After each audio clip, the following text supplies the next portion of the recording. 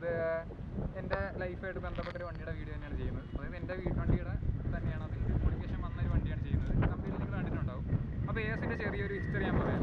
AS Pulsar സീരീസിലുള്ള വണ്ടികളിലെ ബജാജിൻ്റെ ഏറ്റവും കുറവ് വർഷം നിരത്തിലുണ്ടായിരുന്ന വണ്ടിയാണ്. അതായത് മാർക്കറ്റിലുണ്ടായിരുന്ന വണ്ടി ഏകദേശം 2 വർഷം ഉണ്ടായിരുന്നുള്ളൂ.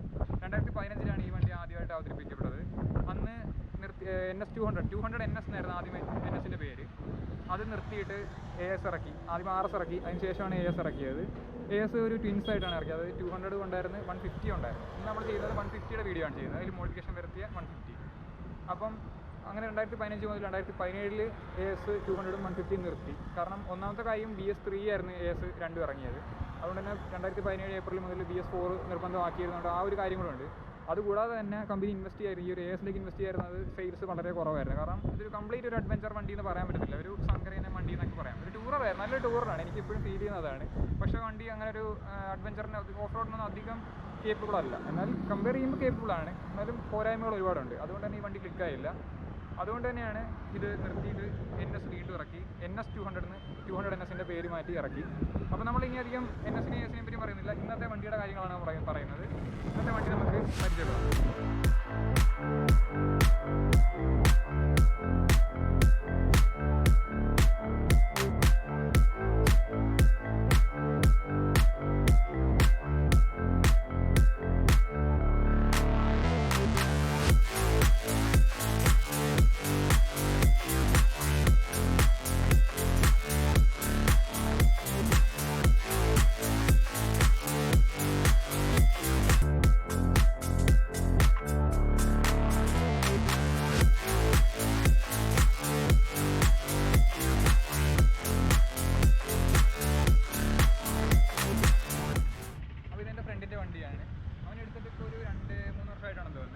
സ്റ്റോക്ക് വണ്ടിയായിരുന്നു, സ്റ്റോക്ക് 150 ആയിരുന്നു. എന്നാൽ ഇപ്പോൾ കണ്ടു കഴിഞ്ഞാൽ ഒരു കംപ്ലീറ്റ് മേക്ക് ഓവർ സംഭവിച്ചിരിക്കുന്ന ഒരു വണ്ടിയാണ്.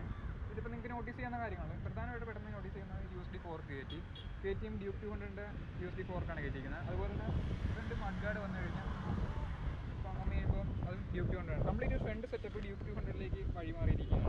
വീല് Duke 200ൻ്റെ ആണ്. ഇപ്പർ സൈഡിലേക്ക് വന്നു കഴിഞ്ഞാൽ Duke 200 ആണ്. അതാണ് ഇത്ര സൈസ് വരുന്നത്. Duke 200 സൈസ് ഞാൻ ഓർക്കുന്നുണ്ട്, ഞാൻ അതാണ് മെൻഷൻ ചെയ്യും.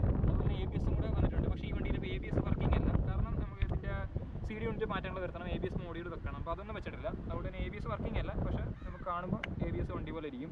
ശരിക്കും ഫ്രണ്ടിൽ നിന്നൊരു പക്ക ലുക്കായി. കമ്പനി ഇങ്ങനെ ഒരു AS ഇനി പുതുജീവൻ നൽകുകയാണെങ്കിൽ നല്ലതായിരിക്കും. എന്നാലും USD വേണമെന്ന് എനിക്കിതില്ല. കാരണം ഓഫ് റോഡിന് എപ്പോഴും നല്ലത് നോർമൽ ഷോക്ക് തന്നെയാണ്. USD വരുമ്പോൾ ഇപ്പോൾ തന്നെ അതിന് ഹൈറ്റ് ശരിക്കും കുറഞ്ഞു. ഇപ്പോൾ ഇപ്പുറത്ത് നമ്മുടെ സ്റ്റോക്ക് വണ്ടി ഇരിപ്പുണ്ട്.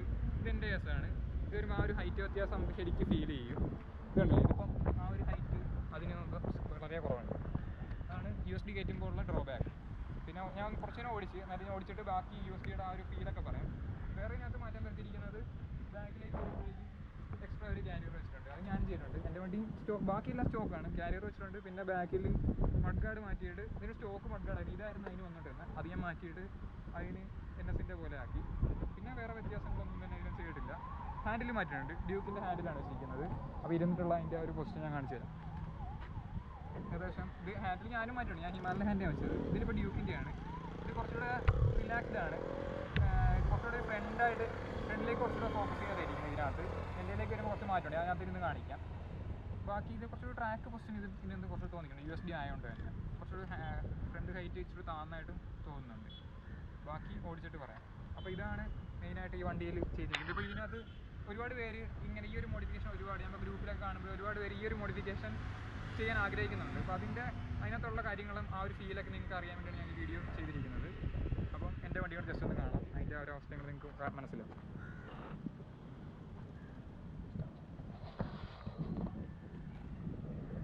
ഇതിനകത്ത് ഞാൻ ഇരുന്ന് ഇതിൻ്റെ ആ ഹാൻഡിലിൻ്റെ പൊസിഷൻ കാണിച്ചത്. ഇതിൽ കുറച്ചുകൂടെ റിലാക്സ്ഡ് ആണ്. എനിക്ക് ഇച്ചിരൂടെ ഹൈറ്റ് വേണമെന്നായിരുന്നു. പിന്നെ ഞാൻ എത്ര ഹൈറ്റ് ഇടുമ്പോൾ അതിനെ അവിടെ ബാധിക്കുന്നുകൊണ്ടാണ് ഞാൻ ചെയ്യാഞ്ഞത്. ഇപ്പോൾ ഇതിനകത്ത് ഹിമാലയൻ്റെ ഹാൻഡിലും പിന്നെ ഇതിൻ്റെ തന്നെ നോർമൽ ASൻ്റെ തന്നെ വാറൻ്റ് ആണ് നമ്മൾ ഇതിലിട്ടിരിക്കുന്നത്. ഇത് ഹിമാലയൻ്റെ വാറൻ്റ്. ഡ്യൂക്കിൻ്റെ മിറർ അതാണ്, അതിനൊരു മാറ്റമാണ്. ഡ്യൂക്കിൻ്റെ മിറർ അതിലും വെച്ചിട്ടുണ്ട്. അപ്പോൾ അതൊക്കെയാണ് മാറ്റം വന്നിരിക്കുന്നത്. ഇനിയിപ്പോൾ ആ വണ്ടി ഓടിച്ചിട്ട് അതിൻ്റെ ആ ഒരു ഫീൽ ഞാൻ പറയും. ഇത് ഓടിച്ചിട്ടൊരു ഫീൽ വലിയ പറയണമെന്നില്ല, കാരണം ഇത് ഒരുപാട് പേരും ചെയ്തിട്ടുണ്ടാകും. AS എടുത്തിരിക്കുന്നവരെല്ലാം ഫസ്റ്റായിട്ട് കസ്റ്റമൈസ് ചെയ്യുന്നൊരു കാര്യമാണ് ഹാൻഡിൽ മാറ്റുക എന്നുള്ളത്. കാരണം ASൻ്റെ സ്റ്റോക്ക് ഹാൻഡിൽ ഭയങ്കര ഈ ഒരു ടൂറർ വണ്ടിക്ക് ചേരുന്ന ഒരു ക്വസ്റ്റ്യൻ അല്ല. കുറച്ചുകൂടെ NSനൊക്കെ ആ ഒരു ടൈപ്പ് ഓഫ് വണ്ടിക്ക് ചേരുന്നതാണ്. അപ്പോൾ ഏതായാലും മഴ കൂടുന്നുണ്ട്, നമുക്കിനി അത് ഓടിച്ചുള്ള ഫീൽ വന്നു.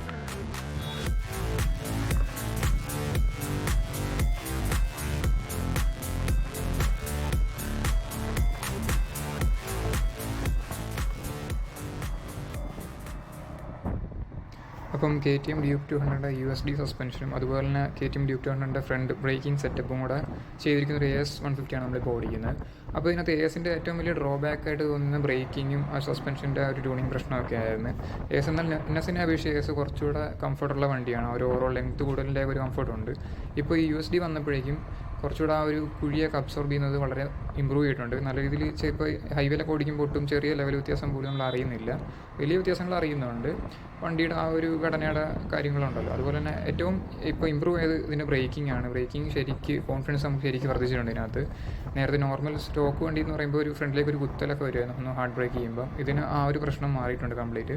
പിന്നെ ഒരു ഡ്രോബാക്കായിട്ട് പറയാനുള്ളത് ഈ USD കയറ്റിയിരിക്കുന്നതുകൊണ്ട് തന്നെ വണ്ടിയുടെ ഒടിവ് പകുതിയായിട്ട് കുറഞ്ഞിട്ടുണ്ട് സ്റ്റോക്ക് വണ്ടി നോക്കുമ്പോൾ.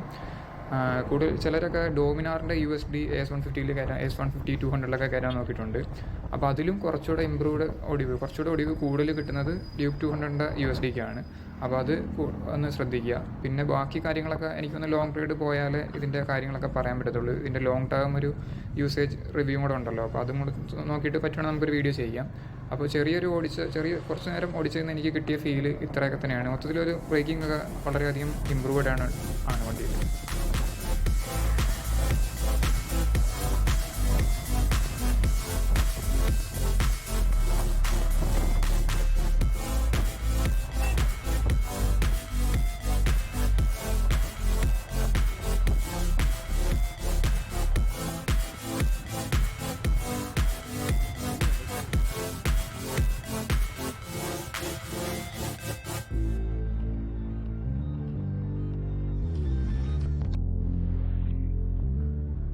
ഇപ്പോൾ രണ്ട് വണ്ടിയുടെയും സൈഡ് ടു സൈഡ് വ്യൂ ആണ് നിങ്ങൾ കാണുന്നത്. ഒന്ന് USD കയറ്റി മോഡിഫൈ ചെയ്തതും പിന്നെ എൻ്റെ സ്റ്റോക്ക് വണ്ടിയിൽ നിന്ന് ഏകദേശം പറയാം. ചെറിയ മോഡിഫിക്കേഷൻ വരുത്തിട്ടുള്ളൂ. അപ്പോൾ ഏതാണ് നിങ്ങൾക്ക് ഇഷ്ടപ്പെടുന്നുള്ളത് നിങ്ങൾ താഴെ ഒന്ന് കമൻറ്റ് ചെയ്യുക.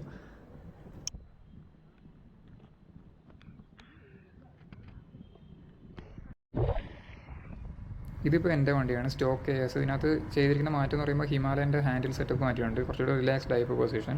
പിന്നെ ബാക്കിൽ ടയർ സൈസ് ഒന്ന് അപ്ഗ്രേഡ് ചെയ്തിട്ടുണ്ട്, 120 ആക്കി. പിന്നെ ഒരു കാരിയർ വെച്ചിട്ടുണ്ട്. NSൻ്റെ ടെയിൽ ഇതിലേക്ക് കൊണ്ടുവന്നു. മഡ് ഗാർഡും NSൻ്റെ ആണ് വെച്ചിരിക്കുന്നത്. അപ്പോൾ ഈ വണ്ടി ഇപ്പോൾ 52,000 കിലോമീറ്ററായി. 5 വർഷവും 8 മാസവും പൂർത്തിയാക്കിയിട്ടുണ്ട്. അപ്പോൾ ഈ വണ്ടി അതിൽ ഇത്ര നാളെ യൂസ് ചെയ്തിട്ട് ഫ്രഷ് എടുത്ത വണ്ടിയാണ് 2016. അപ്പോൾ ഈ വണ്ടിയുടെ ഒരു യൂസർ റിവ്യൂയും കൂടെ ഈ വീഡിയോയിൽ ഞാൻ ഉൾപ്പെടുത്തിയിട്ടുണ്ട്. ഈ വണ്ടി ഞാൻ പറഞ്ഞ പോലെ തന്നെ 52,000 കിലോമീറ്ററായി. ഇതുവരെ ഇതിനകത്ത് മാറിയിരിക്കുന്നതെന്ന് പറയുമ്പം രണ്ടാമത്തെ ചെയിൻ സ്പ്രോക്കറ്റാണ് കിടക്കുന്നത്. സ്റ്റോക്ക് ചെയിൻ മാറി 19,000 മാറി, അടുത്തത് കൂടെ ഒന്ന് മാറി, അത് ഈ 40,000 സംതിങ് ആയപ്പോഴാണ്. അപ്പോൾ ഇപ്പം രണ്ടാമത്തെ ചെയിനാണ് ഓടുന്നത്. പിന്നെ ഇതിനകത്ത് ക്ലച്ച് ഡിസ്ക് ഇതുവരെ മാറിയിട്ടില്ല. സാധാരണ 30,000 രൂപയ്ക്കാണ് ലൈഫ് വരുന്നത്, പക്ഷേ ഇതുവരെ മാറിയിട്ടില്ല. ഈ വണ്ടി കൂടുതലും സിംഗിൾ ഡ്രിവണായിട്ട് തന്നെയാണ് ഓടുന്നത്. അത് ശരിക്കും ബജാജിൻ്റെ വണ്ടിയിൽ കൂടുതലും ശ്രദ്ധിക്കേണ്ടതാണ്. അത് ചെയ്യാതെയാണ് പലരും ബജാജിൻ്റെ വണ്ടി പഴകില്ല, ക്വാളിറ്റി ഇഷ്യൂസ് ഉണ്ട് എന്നൊക്കെ പറയുന്നത്. പക്ഷേ ഞാൻ ഈ വണ്ടി കൊണ്ട് സാറ്റിസ്ഫൈഡ് ആണ്, വളരെയധികം സാറ്റിസ്ഫൈഡ് ആണ്. അത്യാവശ്യം ലോങ് റൈഡൊക്കെ പോകുന്നുണ്ട്. ഇപ്പോൾ ഒരു ഈ കോവിഡൊക്കെ തുടങ്ങിയിട്ടാണ് ലോങ് റൈഡ് പോകാത്തത്. ലോങ് റൈഡിനാണെങ്കിലും AS അത്യാവശ്യം കംഫർട്ടാണ് വണ്ടി. എനിക്ക് NSനെക്കാട്ടും കുറച്ചുകൂടെ ഒരു റിലാക്സ്ഡ് പൊസിഷനാണ്. നേരത്തെ പറഞ്ഞ പോലെ വണ്ടിയുടെ ആ ഒരു നീളക്കൂടുള്ളതുകൊണ്ട് തന്നെ നമുക്ക് കോർണർ ചെയ്യുമ്പോഴൊക്കെ കുറച്ചുകൂടെ ഒരു കോൺഫിഡൻസ് കിട്ടും. ഫ്രണ്ടിൽ ഏകദേശം ഒരു 7-8 കിലോ ഫെയറിങ്ങിന് തന്നെ വരുന്നുണ്ട്, ഒരു 7 കിലോളം വരുന്നുണ്ട്. അപ്പോൾ അതിൻ്റെ ഒരു കോൺഫിഡൻസ് നമുക്ക് ഫ്രണ്ട് ടയർ ഗ്രിപ്പൊക്കെ നല്ല കിട്ടുന്നുണ്ട്. ഞാൻ കൂടുതലും ഗ്രിപ്പുള്ള ടയറാണ് യൂസ് ചെയ്യുന്നത്. അത് തന്നെയാണ് എനിക്ക് കുറച്ചുകൂടെ കംഫർട്ട്. പിന്നെ പോരായ്മയായിട്ട് പറയുമ്പോൾ ബ്രേക്കിംഗ് ആണ്. അന്നത്തെ കാലത്ത് 2015 സമയത്ത് ABSും കാര്യങ്ങളൊന്നും സ്ട്രിക്റ്റ് അല്ലാത്തതുകൊണ്ട് ABS ഇല്ല. പിന്നെ ബാക്കിൽ ഡ്രം ബ്രേക്കാണ്. അപ്പോൾ ഞാനും ഇതിൽ ഒരു ഡിസ്ക് ബ്രേക്ക് സെറ്റപ്പ് വെച്ചാലോ എന്നാലോചിക്കുന്നുണ്ട്. അതൊക്കെ ചെയ്ത് കഴിഞ്ഞാൽ വണ്ടി കുറച്ചുകൂടെ സെറ്റാണ്. എനിക്കിപ്പോഴും ഒരു വണ്ടി ഇപ്പോൾ ഇറങ്ങുന്ന പല വണ്ടികളും എടുക്കാൻ ഒരു താല്പര്യം വരുന്നില്ല, കാരണം അത്രത്തോളം കംഫർട്ട് ഈ വണ്ടിക്കും ഉണ്ട്. പിന്നെ ഒബ്വിയസ്ലി പവർ കുറവും കാര്യങ്ങളൊക്കെ ഉണ്ട്. പിന്നെ അന്ന് 2016 ഒരു 150 cc നിന്ന് കിട്ടുന്ന മാക്സിമം പവർ ഇതിനകത്തുണ്ടായിരുന്നു. 16.8 bhp ആണ് ഇതിന് വരുന്നത്. അന്ന് R15 V2 ഉണ്ടായിരുന്ന പവറാണ്. പിന്നെ ടോർക്ക് വളരെ കുറവാണ്. ഇനിഷ്യൽ ടോർക്ക് ശരിക്കും കുറവാണ്. 13 Nm ആണ് അതിൻ്റെ മാക്സിമം ടോർക്ക്. അത് ഏകദേശം ഒരു 6500 RPM-ലാണ്. അപ്പോൾ ഇനിഷ്യലി നമ്മളൊരു പിക്കപ്പ് വളരെ കുറവാണ് ഈ വണ്ടിയിൽ. അതാണ് എനിക്ക് മെയിനായിട്ടുള്ളൊരു മറ്റൊരു ഡ്രോബാക്കായിട്ട് തോന്നിയത്. അപ്പോൾ ഇതൊക്കെയാണ് എൻ്റെ ഒരു യൂസർ റിവ്യൂ. പിന്നെ മൈലേജ് എന്ന് പറയുമ്പോൾ എനിക്ക് അങ്ങനെ ഒന്നൊരു ടൗണിലൊരു 40+, 45 കിലോമീറ്റർ അങ്ങനെ എന്തെങ്കിലും കിട്ടുന്നുണ്ട്. ഹൈവേയിലാണെങ്കിൽ തന്നെ 50+. നോർമലി ഒരു 60-65 കിലോമീറ്റർ ഓടിക്കുകയാണെങ്കിൽ ഒരു 50-55 കിലോമീറ്റർ മൈലേജൊക്കെ വരെ മാക്സിമം കിട്ടുന്നുണ്ട്. പൊതുവേ ഞാൻ സാറ്റിസ്ഫൈഡ് ആണ് ഈ വണ്ടി കൊണ്ട്. പുതിയൊരു വണ്ടി എടുക്കണമെന്നുള്ള താല്പര്യം വരുന്നില്ല എന്നുള്ളത് സത്യമായിട്ട് പറഞ്ഞതാണ്. കാരണം അത്ര നല്ലൊരു വണ്ടിയായിരുന്നു AS. ബജാജ് ഇതിനെ ഒന്ന് കുറച്ചുകൂടെ ഓഫ് റോഡ് അഡ്വഞ്ചർ സ്പെക്കിലോട്ട് നല്ല കൊണ്ടുവരുന്ന ഇറക്കുകയാണെങ്കിൽ വളരെ നല്ലൊരു വണ്ടിയായിരിക്കും ഇത്.